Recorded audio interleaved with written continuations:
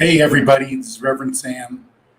Sorry it's taken me so long to get on here and catch up with everybody, but here I am. It took a while, and we finally made it here at Amazing Love Sanctuary.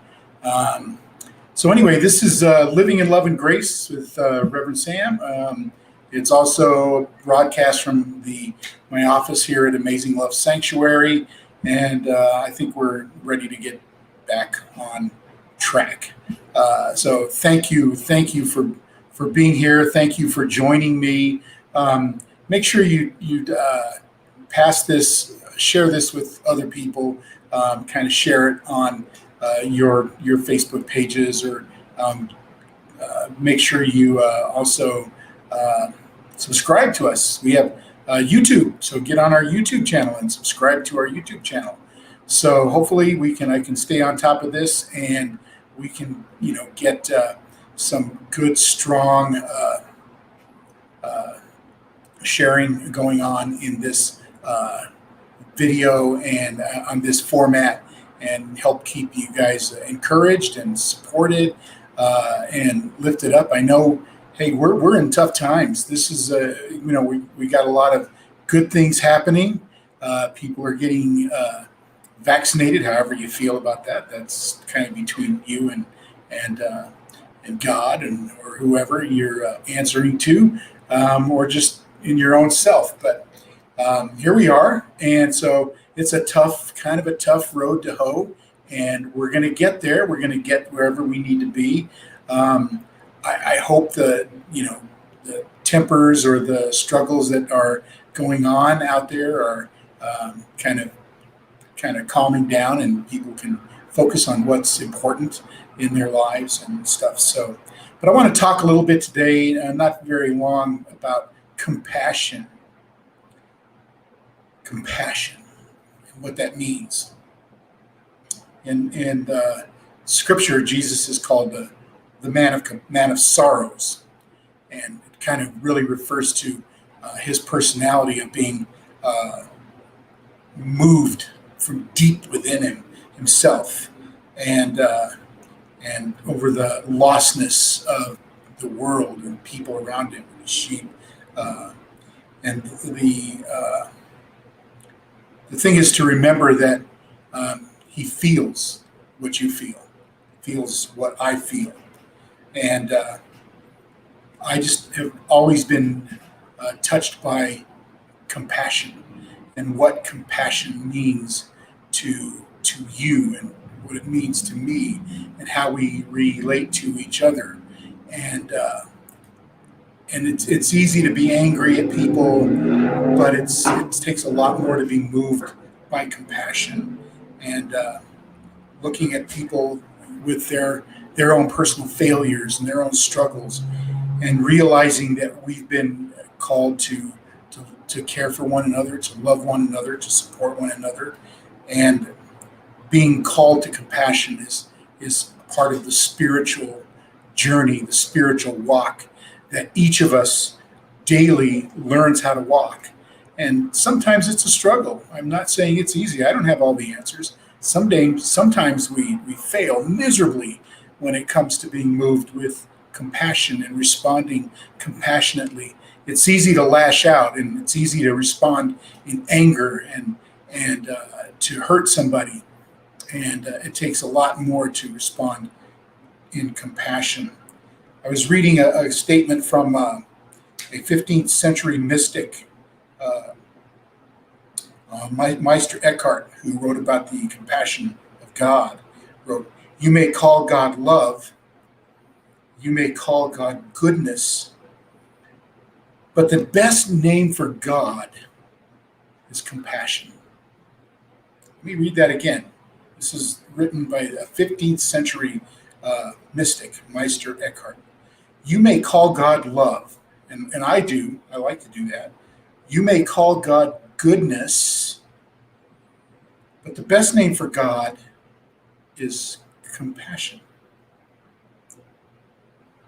So, what do all the exalted names bestow? God, second person of the Trinity, Kyrios, Pantocrator, other titles given by Jesus. They signify one thing that is really important, and that is compassion. Simple, beautiful, holy compassion. That just is life changing.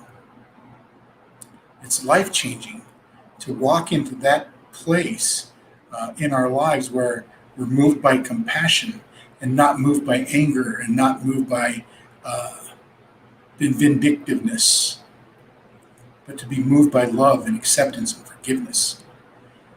Sometimes we fail miserably at it. But there's a God who is present in our lives who can move us into that place of compassion, that place of love. I kind of look at it this way: it's unique, it's extravagant, and it's definitive. It's unique because we live in a world that doesn't respond with compassion very often. We live in a world that responds with anger. We live in a world that responds with getting even. We live in a world that responds with trying to, get one up on somebody else. How many times have you? I've been sitting in my house and somebody, my house will say, "Hey, I got this email," and it's like it's a scam. Somebody's trying to get on us, and there's scams out there trying to take what's yours. But compassion is unique because there's nothing else like it. It's not about what you do. It's not about what you buy. It's not about, you can't buy compassion. You can't sell compassion. You give it. You receive it. That's the beautiful thing about compassion. So it's unique. It's also extravagant. What is the best gift you could give a person? Is it a husband giving his wife diamonds? Is it a wife giving her spouse gold? Is it is it a fancy car? I like the TV commercials during Christmas, and the husband and wife run outside, and the husband there's a big fancy Lexus or Mercedes out in the driveway with a big bow on top of it, and she got a Mercedes for Christmas. I thought, I've never known anybody that did that. But giving compassion, giving love is extravagant. It's an extravagant gift.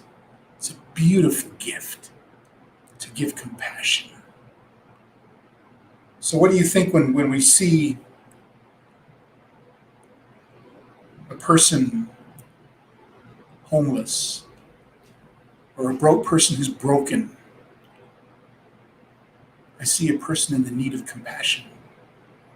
When I'm at my worst, when I'm at the bottom of my life, when I'm at my bottom emotionally, I just want somebody to put their hand on my shoulders and say, "It'll be okay, I love you." That's compassion. That's love. And it's also definitive. There's no guessing. When somebody has reached out to you and expressed divine love and godly love and holy love to you and holy compassion, it's the real thing. You can't fake it. It's real. It's absolutely 100% real.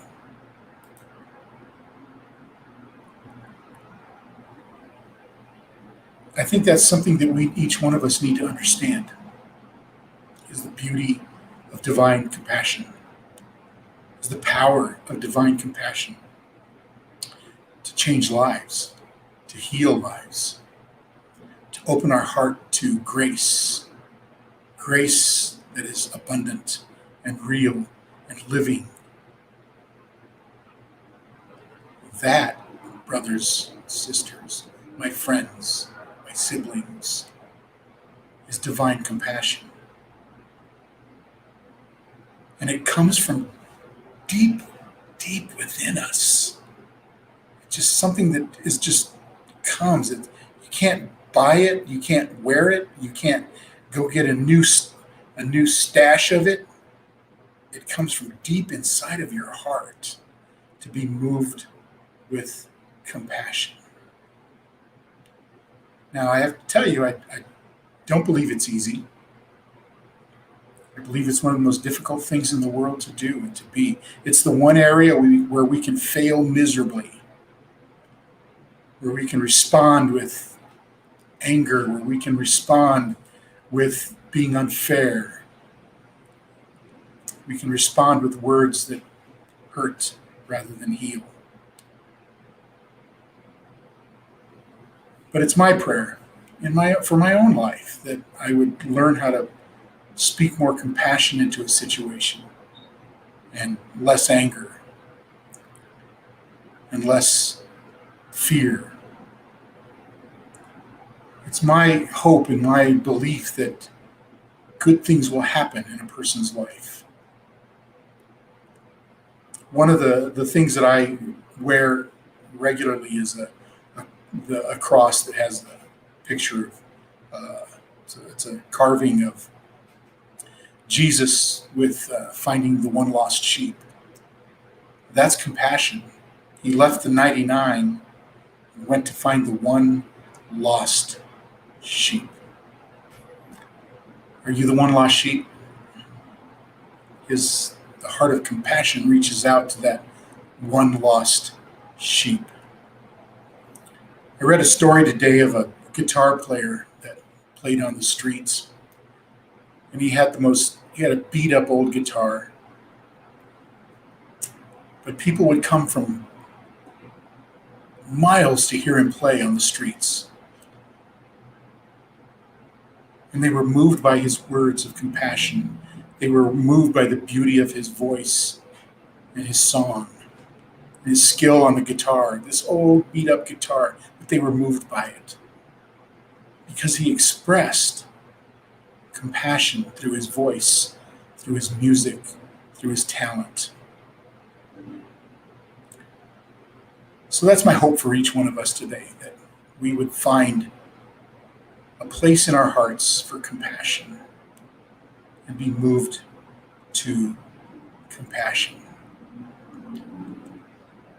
I hope you have a great day. I hope you have a great evening. And I'll try to get on here tomorrow. I've put some links on there if you need to email me. I put my email address if you need to email me.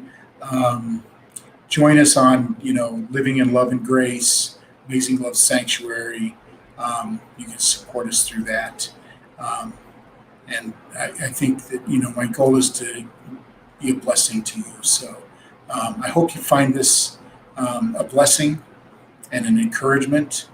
And we'll see you tomorrow here at Living in Love and Grace with Reverend Sam.